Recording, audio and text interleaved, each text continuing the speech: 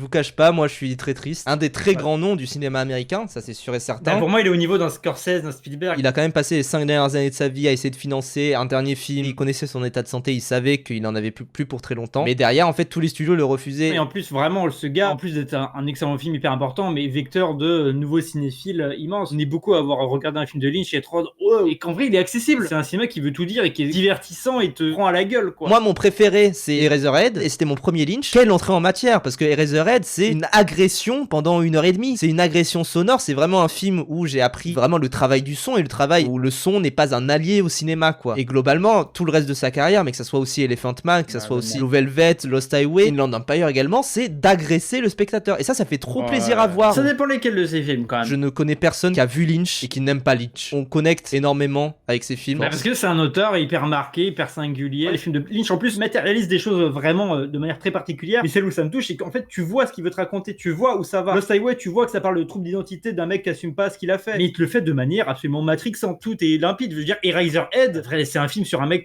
qui assume pas d'être père, quoi. Les messages sont tellement universels.